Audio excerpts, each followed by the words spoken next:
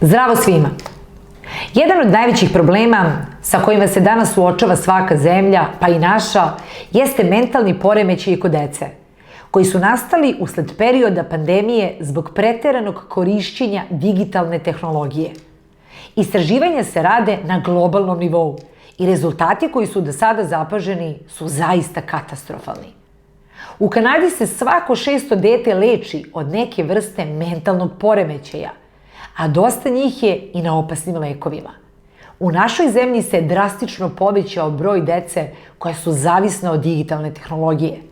Zavisnost nastaje onda kada nešto koristimo svaki dan po par sati.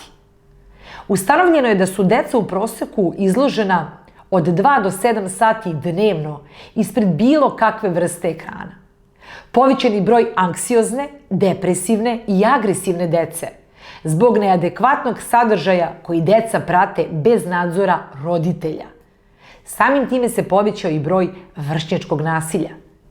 Zbog preterane izloženosti ispred ekrana, dosta dece pati od gojaznosti, a kod neke dece je primećena i pojava dijabetesa, što utiče na srčane probleme, koji dovode do skrećenja života. I stručnjaci kažu da će ovo biti prva generacija 21. veka koja možda neće nadživjeti svoje roditelje, što je jako zastrašujuće i zabrinjujuće.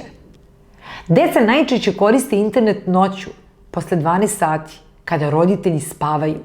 I to direktno u stvari utiče na usporavanje razvoja kognitivnih sposobnosti.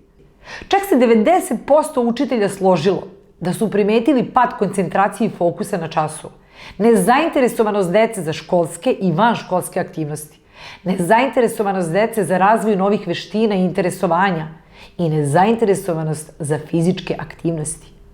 Preterano izlaganje ispred bilo kakve vrste ekrana dovodi dete do asocijalnog stanja i gubitka želje za druženjem. Kao rezultat toga, dete se povlači u sebe i dolazi do potiskivanja emocija i stvaranja emocionalne nestabilnosti. Kod dosta dece je primećen sužen i ograničen rečnik koji obiluje sa mnogo poštapalica koje se najviše mogu, nažalost, i čuti kroz razne video igrice.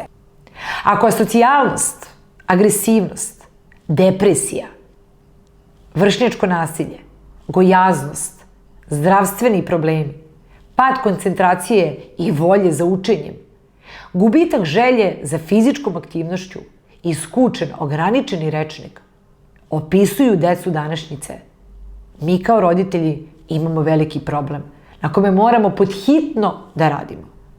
Deca jesu naša budućnost, ali kakva ih budućnost čeka ako zbog preteranog i nekontrolisanog korišćenja digitalne tehnologije izazovu mentalne i zdravstvene poremećaje?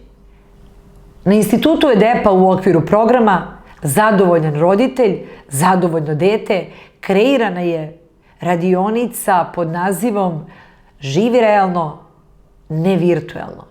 Za više informacije o radionici možete nas kontaktirati putem kontakt forme koja se nalazi na sajtu instituta EDEPA.